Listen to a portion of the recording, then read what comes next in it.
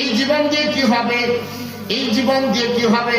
যেই মা আমাদেরকে গর্ভধারণ করেছে, যেই মা আমাদেরকে প্রসব করেছে, এত আদর যত্ন করে মা মানুষ করেছে, সেই মার সঙ্গে যদি দুর্ব্যবহার করে সন্তান, সন্তান পিতামাতাকে সম্মান করে না, সন্তান পিতামাতাকে সম্মান করে না। ভাইরা আবার টাঙ্গাইলের মধুপুরের ঘটনা, টাঙ্গাইলের মধুপুরের ঘটনা। 100 টাকা সন্তান বাবার কাছে চেয়েছিল। এসএসসি পরীক্ষার্থী সন্তান, নেশা করতে করতে এত বেপরোয়া হয়ে গিয়েছিল সন্তান। রিক্সাওয়ালা বাবাকে 100 টাকা না দেওয়ার কারণে মা এবং বাবাকে তার ছোট বোনকে গলা কেটে হত্যা করেছে। ধরে বলেন নাউযুবিল্লাহ। ভাইরা আমার, এই সন্তান বড় বড় জীবনে নাজাত পাবে না, নাজাত পাবে না। কত সন্তান আছে মাকে ধরে মারে, আছে না নাই? কত সন্তান মাকে ধরে মারে, কত সন্তান বাবাকে ধরে মারে। ভাইরা আমার, জীবন ধ্বংস হয়ে যাবে। এই জীবনের কোনো মূল্য থাকবে না, এই বাহাদুরের কোনো মূল্য থাকবে না, ইবাদতের কোনো মূল্য থাকবে না যদি পিতামাতারা বাধ্য হয়ে যায়। ভাইরা আমার, যুবক ভাইরা, সেনাবাহিনীরা, পিতামাতাকে মূল্যায়ন করতে হবে, পিতামাতাকে সম্মান করতে হবে। বিশ্বনবী বলছে, উম্মতে, কেউ যদি চায় তার হায়াত পেতে চায়, দীর্ঘ হায়াত যদি কেউ পেতে চাও, দুনিয়াতে কেউ যদি সম্মান পেতে চাও, দুনিয়াতে কেউ যদি ধনী হতে চাও, সেগুলো তার মায়ের সেবা করে।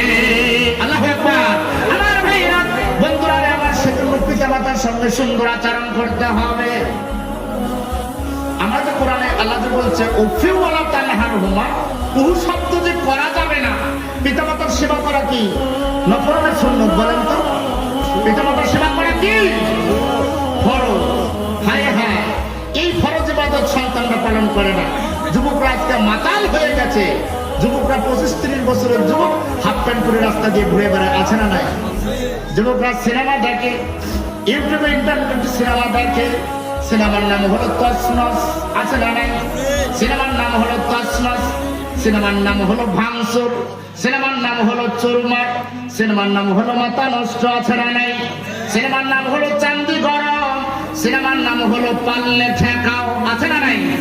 সিনেমার নাম হলো পাল্লে ঠেকা, সিনেমার নাম হলো এক বুক জ্বালা, আছে না নাই? সিনেমার নাম হলো বাপ বড় না শ্বশুর বড়, আছে না নাই? ভাইরা আমার, বাংলাদেশের মুসলমান জানে না বাপ বড় না শ্বশুর বড়। ধরে বলেন নাউযুবিল্লাহ। ভাইরা আমার, বন্ধুরা আমার, আমার যুবক সেনাবাহিনীরা, তোমাদেরকে ধৈর্যশীল হতে হবে, পিতামাতাকে মূল্যায়ন করতে হবে। যেই সন্তান তার মা বাবার সাথে বেয়াদবি করে, ওই ছেলে দুনিয়ার কাউকে সম্মান করবে না। কথা ঠিক কিনা আমার ভাইরা? এজন্য পিতামাতার মূল্যায়ন করতে হবে, পিতামাতাকে সম্মান করতে হবে। আমার ভাইরা, পিতামাতার অবাধ্য সন্তান কোনোদিন জান্নাতে যাবে না। আমার ভাইরা, আরেকজন ব্যক্তি জান্নাতে যাবে না, অহংকারী কোনোদিন জান্নাতে যাবে না। ইন্নাল্লাযিনা ইস্তাকবিরুনা মিন ইবাদাতিহিম, বিশ্বনবী বলেন, কিয়ামতের ময়দানে অহংকারীদের অবস্থা তো ভয়াবহ হয়ে যাবে। তারা অবনত হয়ে জাহান্নামীদের সঙ্গে তারা জাহান্নামে প্রবেশ করবে। জোরে বলেন নাউযুবিল্লাহ। ইন্নাল্লাযিনা ইস্তাকবিরুনা, অহংকারীদের অবস্থা বড় ভয়াবহ হয়ে যাবে। অহংকারী কারা? অহংকারী কারা? যেই যুবকটা অহংকার করে টাকলুর নিচে কাপড় পরে থাকে। জোরে বলেন নাউযুবিল্লাহ।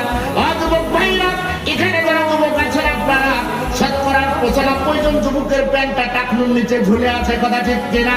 এটা যে কত বড় পাপ, এই পাপটাকে আপনি পাপ মনে করলেন না। সালাসাতুন লা ইউকাল্লিমুহুমুল্লাহু ইয়াওমাল কিয়ামাতি ওয়া লা ইউযাক্কিহিম ওয়া লাহুম আযাবুন আলীম। জোরে বলেন নাউযুবিল্লাহ।